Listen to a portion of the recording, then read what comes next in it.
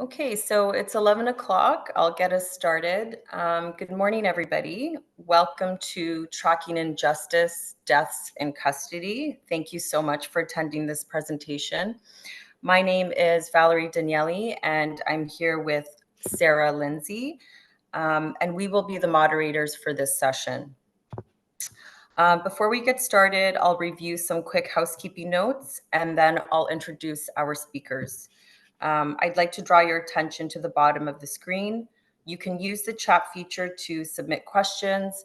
It would make it a lot easier if you put question in cap locks before your question, so we can sort through all the questions at the end. We'll do our best to take as many questions as possible. Please make sure your microphone is on mute until the question and answer portion of the session. Just so everybody knows, we are recording the session to upload to the conference website.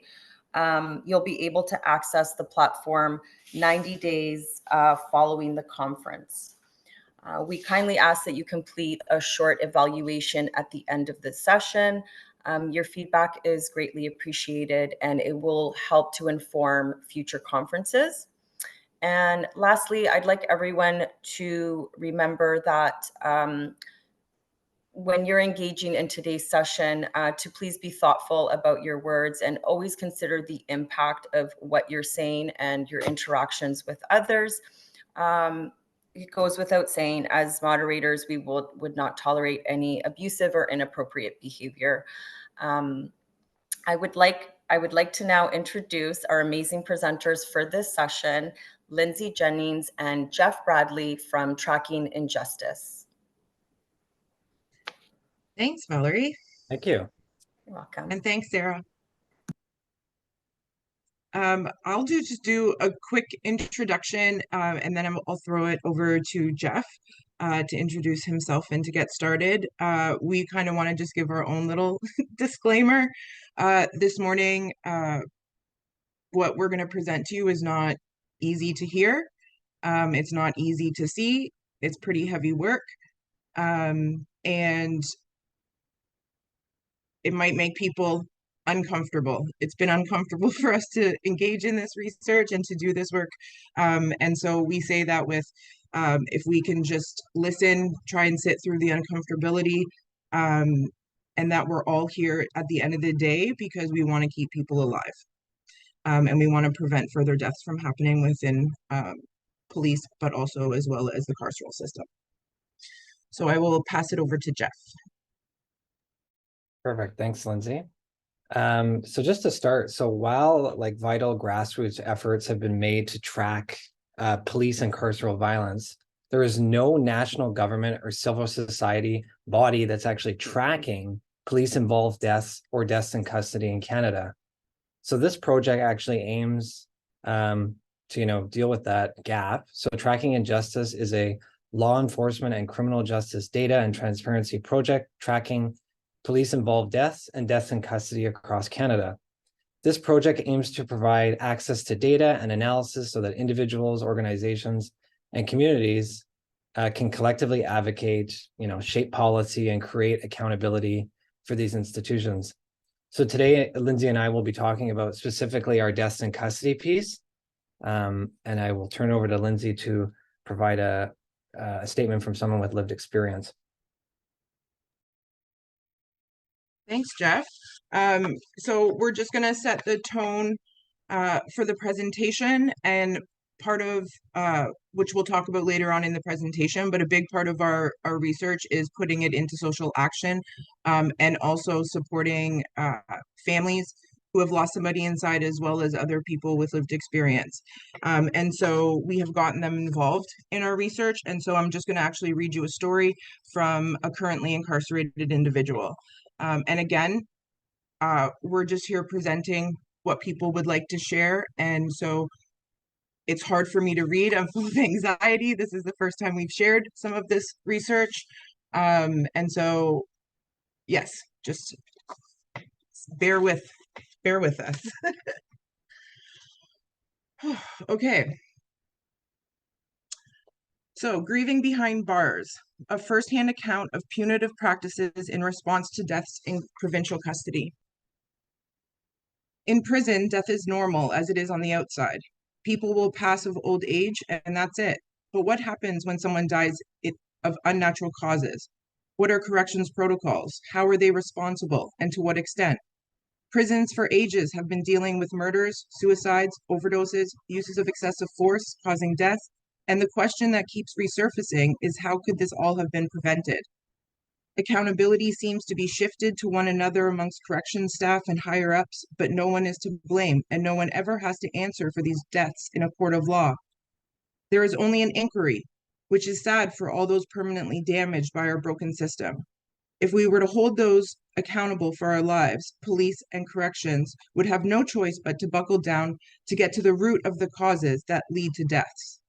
Anything other than that would suggest that this population isn't worth existing or deserving of fair justice. I'm an Indigenous prisoner who has spent 10 plus years in and out of the system and has experienced death in jail on many occasions. In one instance, in a suspected overdose in a provincial facility, a prisoner was unresponsive and his cellmate was calling for help in the middle of the night while locked in the cell, banging on the door, screaming for at least 20 minutes before an officer showed up to call the nurses. They segregated his cellmate and interrogated him for information as to why his cellmate was unresponsive. Nurses then took another 20 to 30 minutes to arrive and drag the young man's body outside the cell to give chest compressions, taking turns with the officers while administering 2 doses of Narcan. An ambulance was called and took another 20 to 30 minutes to arrive, where they continued to do chest compressions paired with a defibrillator. The young man was left with a weak pulse and was brain dead, and later that day the plug was removed and he was subsequently pronounced dead. For most people, this would be shocking, but in prison, this situation happens all too often. This man who died was a son, a friend, a brother. As prisoners, we were offered no truth as to why he died. We were put on lockdown for a week with no showers, no phones, pending an investigation. For moral support, a chaplain came by on day 2 of the lockdown and knocked on our cell window asking if we were okay and then walked away. That is the extent of support offered by corrections. His cellmate returned after 4 days in segregation, clearing him of any wrongdoing. The lack of transparency corrections has when it comes to deaths is alarming. In the short stay of roughly 6 months at this facility, there were 5 known deaths, and only through word of mouth would you find out about the deaths. Nothing was posted, no health warnings, no education on how to prevent or act in a situation when an overdose arises. Simply a recipe for disaster. Now let's talk about the reasons why deaths happen. We have a facility that clearly has an opioid epidemic, and this facility in particular does not have their cells equipped with medical emergency buttons. If this button were in place, his cellmate found him unresponsive, it would have saved 40 to 60 minutes of response time, in which in turn may have saved his life. Whether or not he died from an overdose, just imagine an old man suffering from a stroke or a heart attack, having to wait every hour for a corrections officer to walk to notice that he needs medical attention. What leads people to use alcohol and drugs in jail? Mental health and boredom. There is simply nothing better to do. Shortage of staff lockdowns are a direct link to the deteriorating mental health of those incarcerated. Management gives staff 1/3 of the year of time off if they feel like it, which leads to short staff shortages. Corrections refuses to acknowledge any wrongdoing, and their slow response time reflects how much they care about these issues. As for the effects after the fact, these residual energies of tormented souls dying in custody linger. The red tape on the cell remains on the door long after the investigation is over. This tape is a seal protecting the investigation, sealing that the cell is undisturbed before it's time for police to snap photos in the cell for evidence. If you were to look on every range, you will see the tape many times, which forces the question in your mind, what happened this time? Could I be next? Will I fall victim as others did? Will corrections let me down if given the chance? In conclusion, corrections must review all protocols and training so that this vulnerable community can survive its stay in these institutions. Transparency and support for families and witnesses must be available, or else it is a high risk to repeat itself. Sending the right message by not allowing people to die at alarming rates at the hands of the system is the least the government can do. Start taking accountability as if this was a criminal case, because failure to act is an act of its own. And if these situations are not addressed, they will snowball, and there lies the snowman of death. And that was from an anonymous Métis and Cree person who has spent over 10 years in the system. I'm now going to pass it to Jeff. Thanks, Lindsay, for sharing that statement from an Indigenous man who was incarcerated. So why are we doing this research? So I'm just going to quote right here, Ruthie Wilson Gilmore, who's a Black radical abolitionist, carceral abolitionist. Where life is precious, life is precious. So we're doing this research because deaths in custody are not tracked in a consistent way across Canada, which again leaves little information available to the public. Our project is a data justice and public criminology research initiative, but our research is about the lives and deaths of people who come into contact with the criminal legal system, oftentimes not even necessarily by choice, right? Because of circumstances that they live under, different oppressions that they face. Each person who dies in custody is someone with family, friends, and loved ones on the outside who care deeply about them. And we hope that this memorial honors the lives of those who have been lost.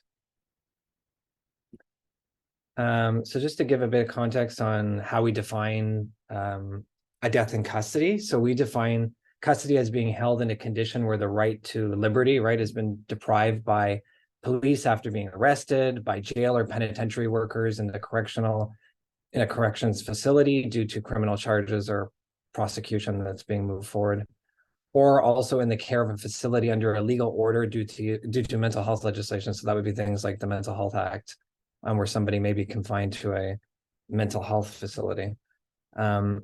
This can include police cars or police station holding cells, provincial jails for sentences of less than 2 years, federal penitentiaries for those that are serving 2 years or more, prisoner transfer vehicles, court holding cells, immigration detention centers, youth detention centers, and psychiatric forensic facilities.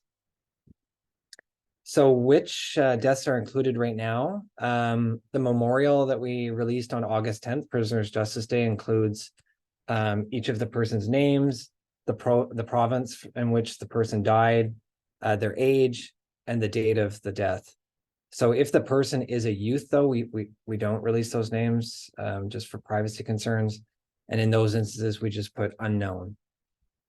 Currently, the memorial page, we include all deaths that occurred resulting from natural causes, illness and death, homicide, due to the use of force from guards and police, conditions of confinement, as well as deaths that occurred due to accidents such as drug toxicity, poisoning, or due to a suicide. We're still exploring how to identify medically assisted and dying deaths within our correction system. We know that the number of deaths by MAID, we actually know those through an ATIP, so an access to information request that we received from Corrections Canada. But yeah, due to lack of reporting and access to information, we don't exactly know how to honor their lives yet. So we're working to see how that will fit within our database. We have also heard from folks like the Disability Justice Network, which operates a prison project, that they're receiving a number of calls around MAID information from provincial jails. So yeah, we definitely need to untangle more within that area, as it does seem to be becoming more prevalent since that legislation came into force. So what does the memorial tell us about deaths in custody across Canada? So since 2000, at least a minimum of 1,532 deaths have happened in custody. In 2023 alone, so far, there's been 63 deaths that we have verified.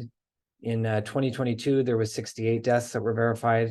2021, it was 125 deaths. 2020, it was 108 deaths. 2019, it was 103 deaths. And looking at sort of the statistics that we've gathered between 2000 and 2002, there was an annual average of 65.5 people who died in custody across Canada. And the average age of death across all the years is 44.5 years old. So think about that. It's a really short lifespan of those that are incarcerated and die. So it's definitely an issue we need to be turning our attention to and doing something better than incarcerating people. So this is just for those that like graphs. This is from 2019 to 2023, the different proportions I just mentioned. So I don't need to go through that again. So the deaths in custody since 2000, this is just a breakdown of each of the provinces and territories. So here you can see, so Ontario, for instance, there were 680 deaths, 213 in Alberta, 192 in BC, 123 in Quebec, 104 in New Brunswick, 95 in Manitoba, 73 in Saskatchewan, 33 in Nova Scotia, 8 deaths in Newfoundland, and 10 deaths in the territories, and 1 death in PEI. So some of the initial trends that we're seeing, just sort of based on some of our preliminary reviews of this data, and also qualitative accounts from people with lived experience. So suicides are a major issue, often due to hangings that happen in the jails, or also by asphyxiation, so being strangled, strangling either by somebody else or themselves. We're seeing a lot of neglect from staff and guards, leading to injury and trauma from either physical altercations in a sort of use of force situation, or also between fellow prisoners that get into fights, or that are into, I don't know, rival gang issues also, I guess, within the prisons. Mental health challenges are another trend that we're seeing with this.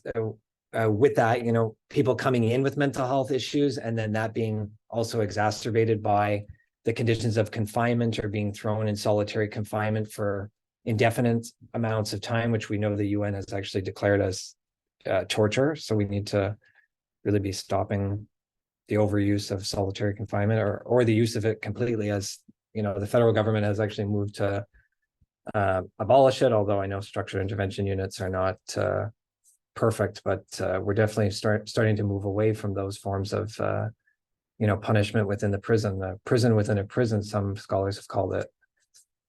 We also see that a significant amount of tactical interventions have actually been used against people that are suffering from mental health challenges, and that being through physical handling and restraint equipment, such as spit hoods, things like that, or the wrap and chemical sedating agents being used to try and sedate the population, which is another issue.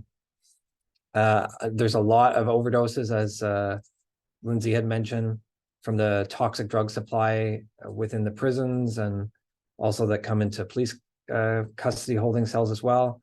And then, of course, alcohol misuse as well, where we see people getting picked up by police and then thrown into jail cells and then dying on the cold concrete floor. I think also from a harm reduction perspective too, we need to turn our attention to different ways that people are also using drugs, right? People are now inhaling cocaine and stuff like that. So we need to really adapt, our harm reduction processes to reflect that and create space for that, and reducing the harm that can happen to people when doing drugs, right? Because they're going to do them one way or another. And there's also a lack of appropriate health care to prevent the chronic conditions of illnesses and obviously medical events that come up, whether that's, a sudden heart attack. And again, we need to be doing things to save lives and reduce the stigma and personal feelings that prisoners have, right? Which are often pretty bad. So obviously we can't go into detail about the findings yet, because we're still only about I'd say 3/4 of the way going through our data again through this sort of second analysis. We've released the memorial page, but there is a lot more to come and a lot more to dissect. Some of the challenges though in accessing this information, right, due to the ongoing systemic issues with the lack of access to this info, transparency from government institutions, and there's no real consistent way of this stuff being reported across Canada. So we're having to sift through a lot of different information, right? And tracking this issue is obviously imperfect and a very challenging process, because sometimes we're, relying on media accounts, we're relying on coroners reports, we're relying on some, information that has been released by the provinces or through access to information. So it is a lot that we're going through. but we are trying to shine the light on issues that have been too often silenced or neglected completely from government and other academic institutions that just haven't taken the time to really look into this stuff. So, yeah, I think I've covered sort of publicly available information that we have, which is through ATIPs, government data portals that are available, coroner's websites, inquest documents, media articles, yeah, Department of Justice reports. So I think I've covered that. In many of the access to information requests we file as well, this is another challenge, is that many of the deaths are actually missing. So we know of deaths that aren't there, they don't show up. So they're not being tracked. And we have to do extensive research to identify the missing information of people that have died in custody. We've been told by some privacy officers within these ATEP units that government authorities do not actually have any records of deaths before the year 2005. So again, and many government data portals are inconsistent, so they don't report on the same. Some release the names, some don't. Some say the age, some don't. Some say, different categories for the causes of death or the manner of death. So again, it's sifting through a lot of information. And a lot of these portals too, they only go back so far as 2007 or 2005. And we're really trying to look at, the year 2000 to 2023. So due to the limits of this, right, there's no claim that the data is really complete. Our methodology is obviously a work in progress, and due to the limits of what is possible by relying on some of these inconsistencies within media and government sources, we aim to be as transparent as possible about how we're coming to our conclusions and what data we're actually using. So I will turn it over to Lindsay to take us into more of the Ontario piece, since that would probably be more relevant to folks here. No, that was great, Jeff. Thank you so much. And I just want to say, we can put the link to the memorial page that we launched on August 10th, Prisoners Justice Day, in the chat when we're done chatting. And you can, it's very overwhelming, but we tried to do it in a compassionate way when you're just listing thousands of people that have died. And so I'm going to take you on a little fact-finding journey through Ontario. Tracking Injustice released a report back in December of 2022 talking about the increase of deaths within our Ontario provincial institutions. This picture was drawn by somebody who, again, is currently incarcerated and who has been actively involved with us. First slide, we're going to start off since 2010 to now, till 2021, deaths have increased at 173% within Ontario. I just want people to kind of sit with that number. 173%, you would think that number would be big enough and substantial enough to raise eyebrows, and for media to pick up on it, and for our Solicitor General to make a comment on it, and we've heard nothing. And we recognize death is kind of taboo inside. It's hard to talk about. It's also hard to talk about in the community. But at the end of the day, if we have a 173% increase of deaths of people that for the most part are in there on remand, who are innocent till proven guilty, we should be pretty shocked about this number, and we should be pretty irate, and we should want to do something about this. We just wanted to highlight a couple trends, which again reflect and complement our trends that we have found across Canada. It also complements another report that was released in January, the Chief Coroner's Report. You can find that document in the event platform. I have gotten Sherry to upload both our Ontario report as well as the Chief Coroner's Report, and I think it's really important for people to take a look at that Chief Coroner's Report. And so it's great for us to be able to look at our research and compare it to something that the government has done, and there's really similar findings. So one of the first trends that we're seeing from 2012 to 2017, the most reported means of death in Ontario provincial institutions was natural. This is a classification of death reflecting an underlying medical case. However, deaths classified as natural may still raise serious concerns regarding medication dispensing, medical documentation practices, or conditions of confinement. In an interview with a lawyer representing the family of a young man who died unexpectedly in provincial custody, described the challenge with natural death classifications. It was clear the way this death occurred was anything but natural. The severe dehydration, the video imagery of him the day that he was picked up while riding his bicycle. He was well enough to be riding his bicycle, and you can see him joking around when he's getting processed. And then you see him 5 days later in custody presenting with gross emaciation. He looked like a character from The Walking Dead. It was just horrific. So to see that and to say, natural causes, it may have been a natural process that he died from, but it was a very unnatural course in prison that led him to die from. That was our theory, and I think it was well established. Another trend, obviously, is the overdoses.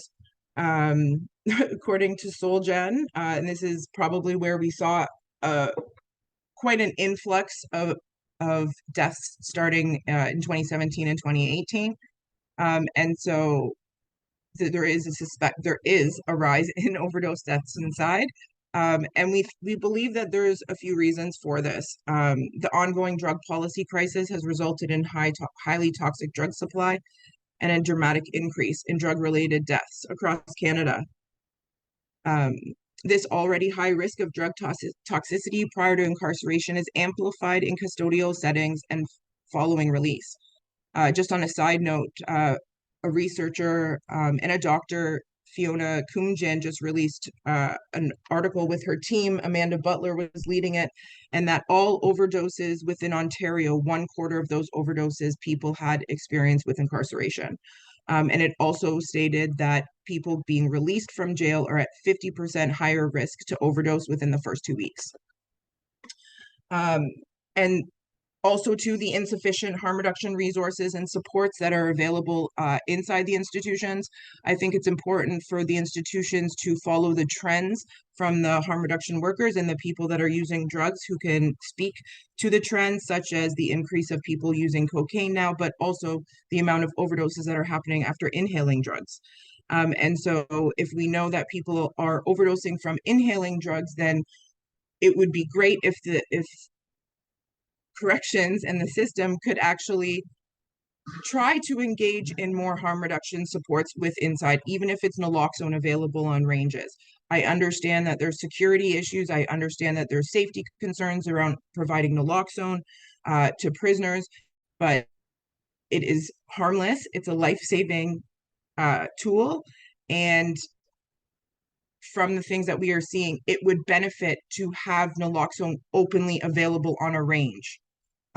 We have a lot of folks inside that sit with survivor guilt, that they couldn't save their cellmate, and so they want access to things. They want to know CPR. They want to know rescue breathing. They want to know how to save people on their range because there is trust that the system will not save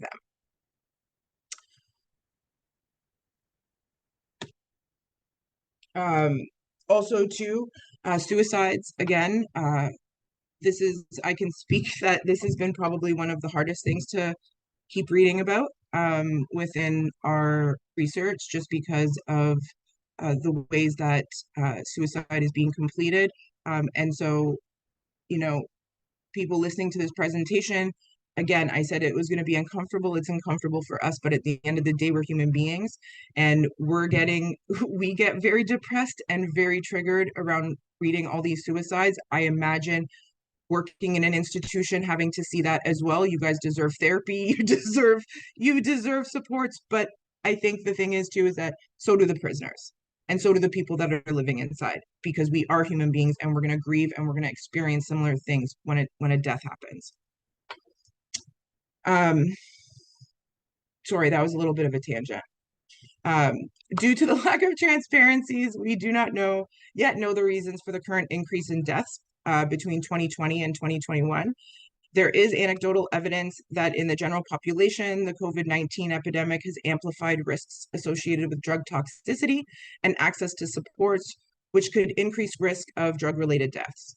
Similarly, the level of isolation imposed on Ontario provincial prisoners and uncertainty during COVID-19 pandemic may have contributed to a rise in suicide deaths. And just the example that we share in the green here is in 2021, 13 humans at Central East Correctional Center tried to end their own lives. According to a report brought by the Police Services Board this month by Kawartha Lakes Police. Sorry, that's a long sentence. From his investigation, this is a quote that he used. "Just from my investigation, speaking to the prisoners who attempted suicide, it's the lockdowns and the pressure of not having staff."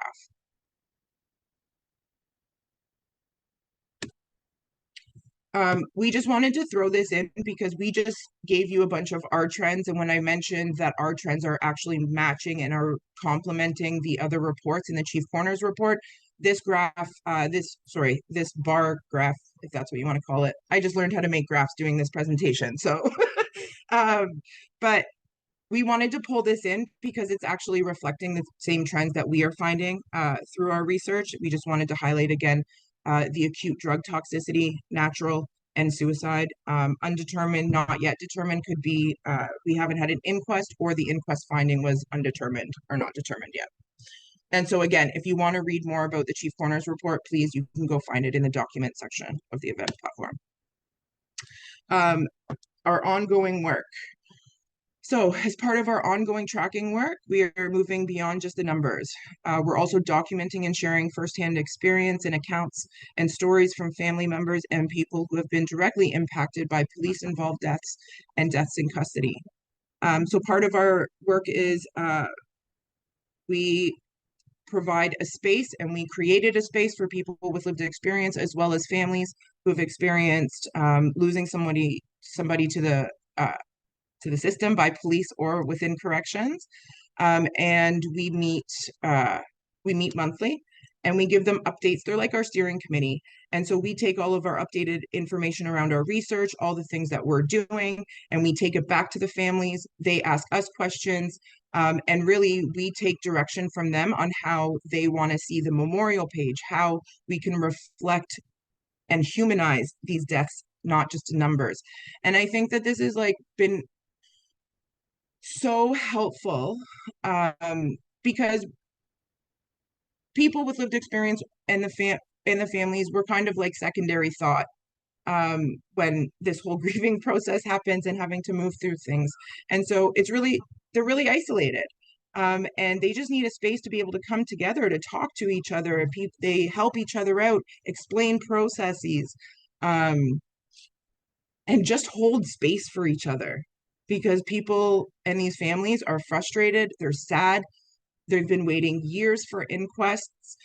There has been things like they get post-mortem reports and having to read those reports on your own, not having anybody to talk through. We just really wanted to provide a space where, one, they are guiding this research, because the deceased and the families in our eyes are the victims.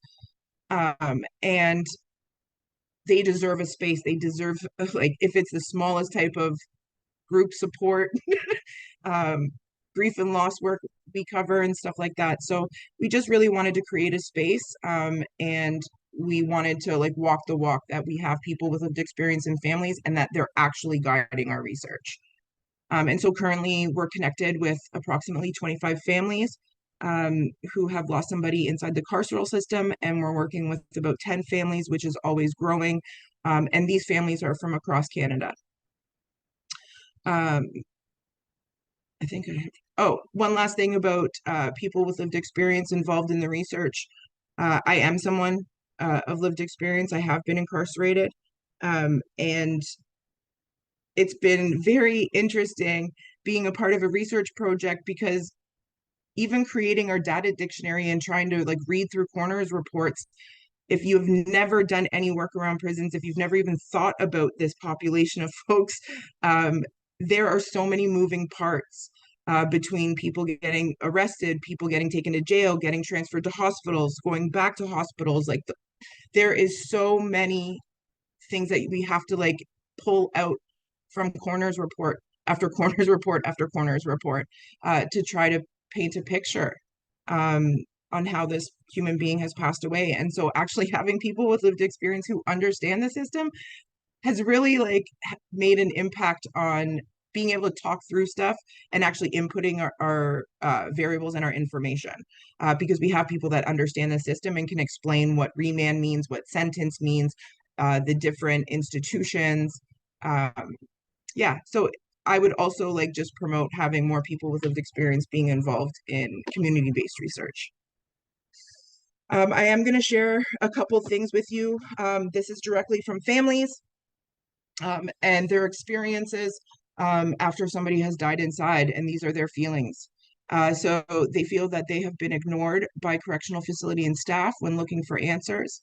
They have been bullied by correctional staff when peacefully protesting and searching for the truth. There is a financial burden that comes with fighting for the truth and for your dead loved one. They are left to grieve without answers for 5 to 10 years. Coroner's inquests do not hold institutions or staff accountable for medical negligence or murder. When I say murder, we're talking about any sort of murder. It's not necessarily, we're not saying that the system is responsible for murdering people. However, we also have coroner's inquests that those situations have happened. And so again, I know it's a heavy word and I know it's hard to listen to. It's hard to even talk about, to be very honest with you. But these are the family's accounts and their experiences. And the final thing is their memorials are thrown in the trash or ordered by the ministry to be removed. Something that we really wanted to talk about too is memorializing and corrections. Families of some of the prisoners who've died at Elgin Middlesex Detention Center are upset about a recent decision to remove a memorial for their loved ones. The union representing workers at the jail argued the memorial, which has grown up to 22 crosses since 2018, has become a source of psychological stress for staff who work at the jail. Because of this, there was a grievance filed, and Sylvia Jones, who was the Solicitor General at the time, had provincially ordered the families to remove these crosses. And these are statements that we've gotten permission from the families as well in regards to the decision to remove their memorial site. It's upsetting that they're taking these crosses down. Said Judy Struthers, her son Justin was found dead inside EMDC on Boxing Day in 2017, and she's still looking for answers about what happened. They're talking about stress. What about our stress? We've been stressed for almost 3 years waiting for answers and accountability. It's now up to 5 years. Struthers said the memorial is not only a site to honor our loved ones, but also a physical reminder of the changes needed inside the jail. And I wanted to bring this up. This is one of the recommendations from the Chief Coroner's report. I believe this was actually recommendation number 4. And that this recommendation came after the decision to remove the memorial site. And so within 1 year, the deputy DSG will assign a project team working in cooperation with family survivors, cultural advisors, and operational management to examine, determine, and report on appropriate and available means for memorializing deaths in custody, and to track plans for the implementation at each institution across the custody system. And so I just, again, I wanted to highlight that because there's the decision made, and I really do challenge you just for a quick minute, if you need to close your eyes and imagine watching people throw crosses out that you went and put, and watching people sorry about that, watching people pick up your crosses and throw it in the garbage like they're trash. And that's the message that these families are sitting with. And it was there's been a lot of stuff happening, especially at EMDC. These families have visit these memorial sites every single week for 5 years, some of them 7 years. These families rally every single day for the past 3 years. There's been a lot of tension on both sides down there. And so I think at the end of the day, like, it's really important for us to remember that we are human. Death is going to happen. We could end up in jail in the future if we suffer from dementia, mental health crises as we get older. There are things that could happen to us that we end up inside. And so Why not start now to start making changes and actually talking about deaths? Deaths will happen.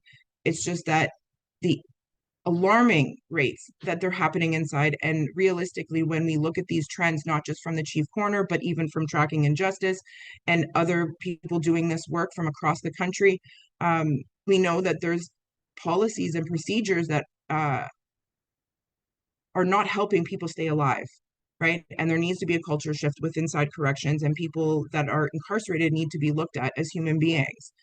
One last thing I will say, within the federal system, when somebody dies in a federal prison, Correction Service Canada gives a news release. And in that news release, they put their name, what institution they died from, and then a list of all their charges. And so again, I want to ask you if you need to shut your eyes and just imagine your obituary listing all of the horrible things that you may have done in your life.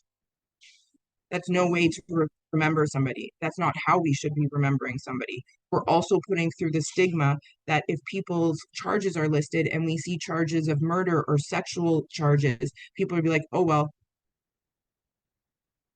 And that's what happens. And that's the response. And so, there's little things that we should be pushing back on, that we should honor people even when they die. Because at this point in time, we are watching people die inside and literally not even being reported, tracked, and they're just being erased. And so we personally believe that they deserve better. And that's really what our research is about.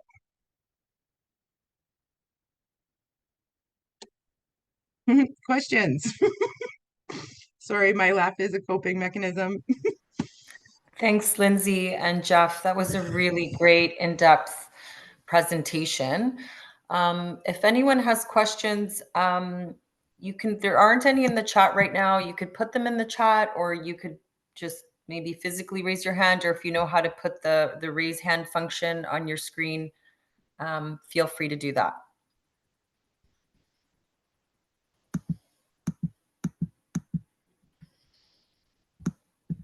Or just speak if you want to just ask. Oh, I know it's really heavy stuff. So L. Martin has his hand up. Go ahead. Yeah, thank you so much, Lindsay, for the presentation. I've been following the work that you guys have been doing, and I just want to say, as heavy as it is, it is necessary. And thank you for all the work you're doing.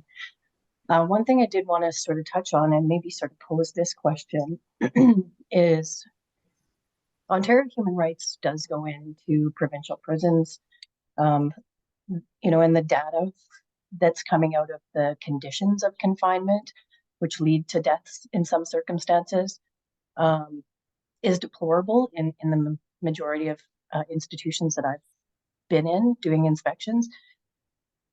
And as an advocate on the outside, we're consistently writing these letters to institutional staff as well as ministers in the province and human rights groups.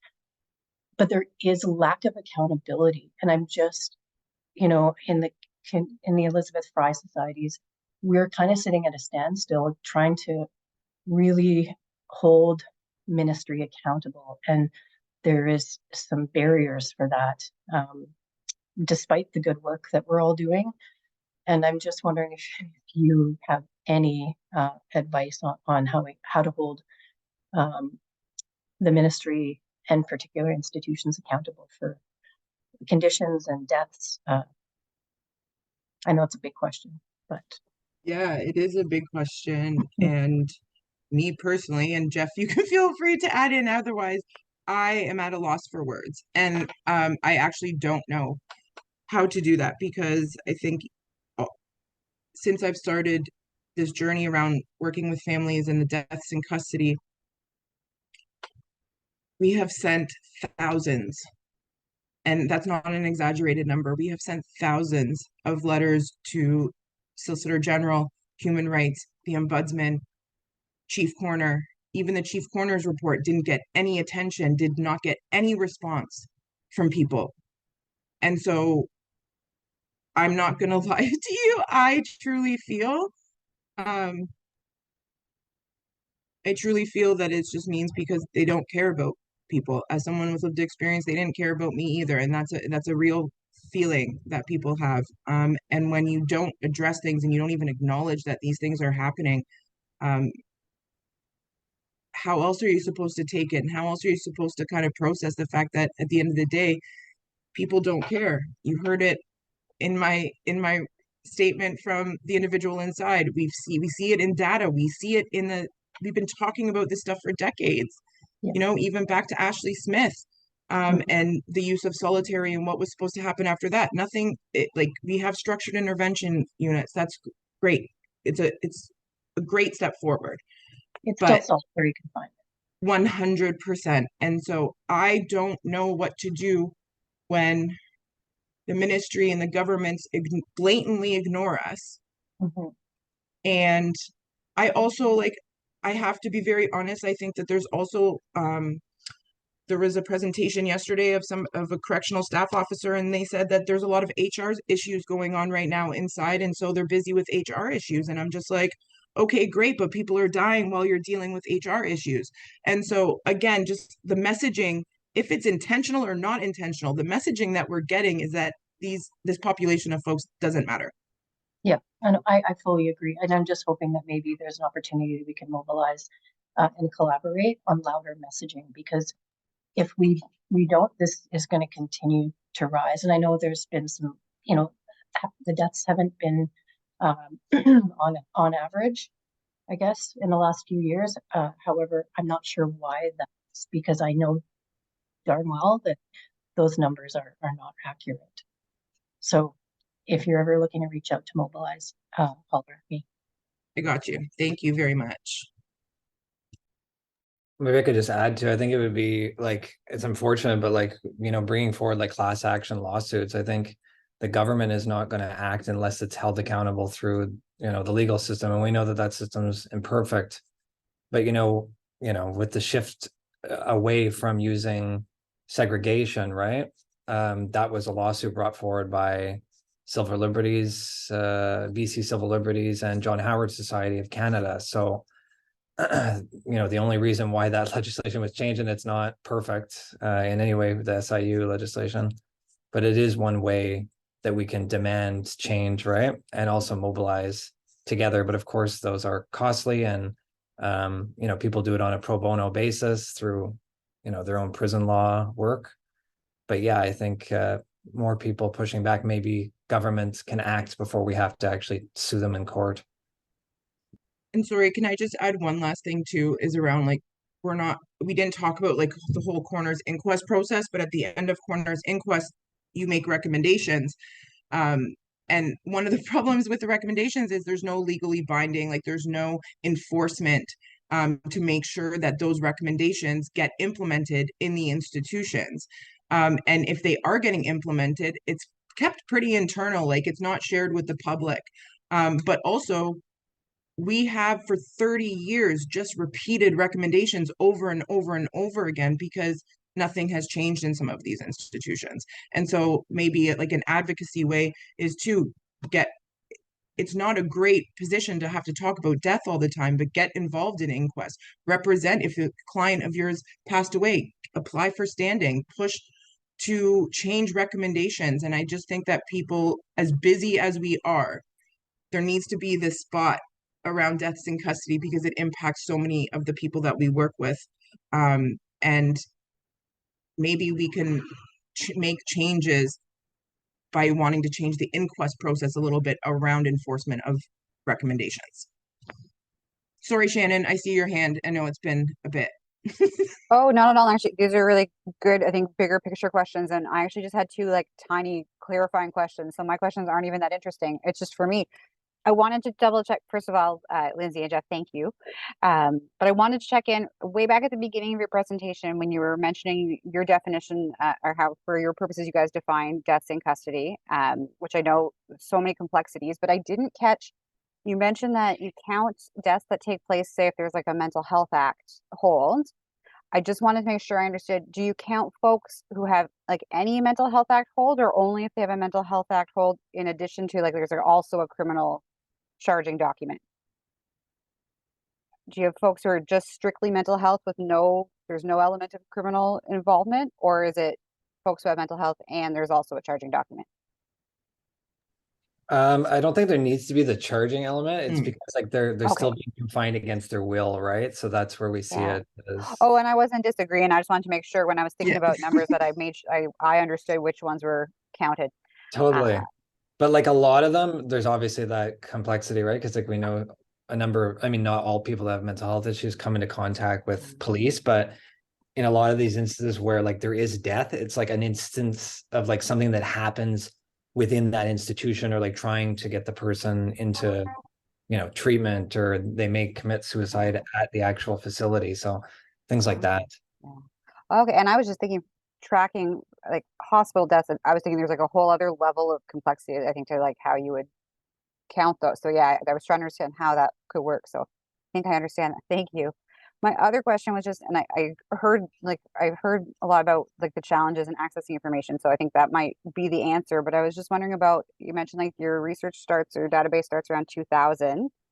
Is there thought about going earlier, or changing that in future? Or are you guys thinking you'll be sticking at like 2000 and forward? And that's just a straight up, I'm just curious. My initial thing is going to be, I think that we struggled with trying to get anything earlier. Like pre-internet. Yeah, I could hear where that would And be. right. Yeah. And so we started where we could find some of like the most information. Now, in in our maze of trying to input this data and to like to dissect everything, we have found folks pre 2000. And again, sometimes a lot of our research is just trying to find these people, trying to find even if it's trying to find an obituary, because we can't find it from an ATIP freedom of, like, we can't find them, and all we can find is an obituary. And so, yeah, I'm going to say to you that it's just because that's where we started to find most of our information. That totally makes sense. Thank you. Yeah, I think too, we've contemplated, and we've met with a number of other research groups that have done similar things about like maybe looking at archival information, which would require going into the archives and getting that info. And yeah, most of the stuff that was before 2000, what we found was, yeah, they're either maybe just one page with sort of a summary, maybe, but the further back we got, after sort of 1996, it was either not online at all in these portals, or yeah, very hard to disentangle, right? And just doing simple Google searches, or looking on library databases, there's just not much info. Absolutely. Thank you so much. So in the chat, we have Katie Howes just saying, incredible presentation. Thank you for doing this incredible work. Charmaine Nolan is saying, thank you for your presentation. Your findings are precisely our frontline experience. The stats are staggering. And Heather Payne says, great presentation. The stats are devastating to see. Thank you for your work. We have a few minutes left if anyone has another question.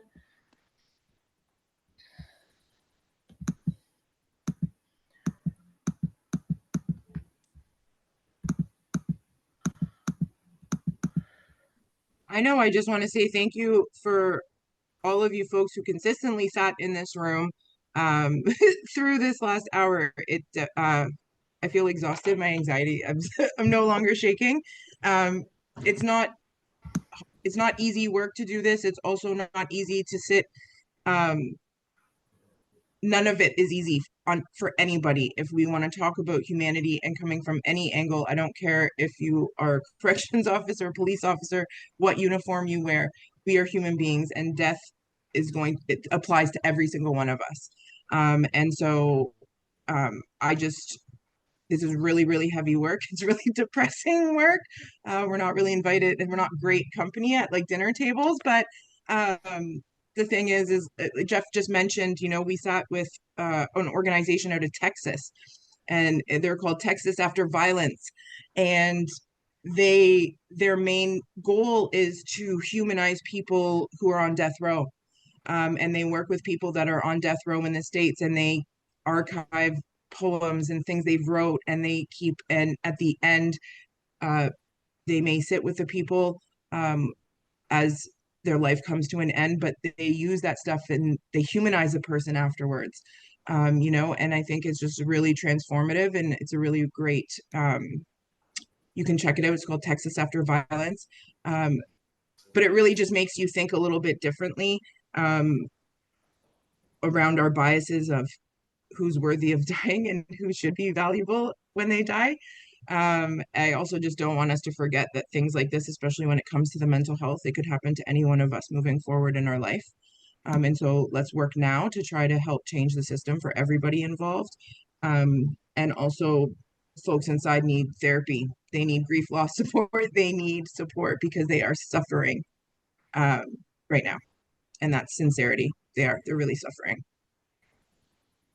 So on that note, thank you, Jeff. Thank you, Valerie and Sarah. Yeah, thank you. I'll hand it Yeah. over to Sarah to close this out, but that was an amazing presentation and learned a lot. And it's such important work. And thank you for educating everybody. Mhm. Yeah, thank you. I'm going to echo what everyone else is saying. Thank you, Jeff and Lindsay, for all that you put into preparing the presentation for us, and Lindsay for sharing your personal experience navigating the system as well. Thank you both for engaging in such important work and something that's so overlooked by so many people, and for sharing your work and what you've learned with us. And thank you everyone today for joining us, for your participation and for the questions that you brought up as well. Just a reminder to take a few moments, if you can, to complete the evaluation using the link on the session description page. We're going to be taking a 60-minute lunch break for everyone to recharge. We know these are heavy discussions as we've discussed today, so please take some time to care for yourself, however that looks. You could also use the time to connect with fellow participants if you would like. There's poster presentations and other exhibitor booths. There are some great networking sessions set up, as well as a pre-recorded mindfulness session. So for those who need that time to decompress your mindfulness, please feel free to check that out. Enjoy your lunchtime, everyone. Please join us back in the conference main stage at 1 p.m. for our day 2 keynote speaker, Carrie Gladue. That is titled Trauma, Addiction, and Transformation, the Carrie Gladue Story. And thank you again, everyone, and our presenters for this presentation today.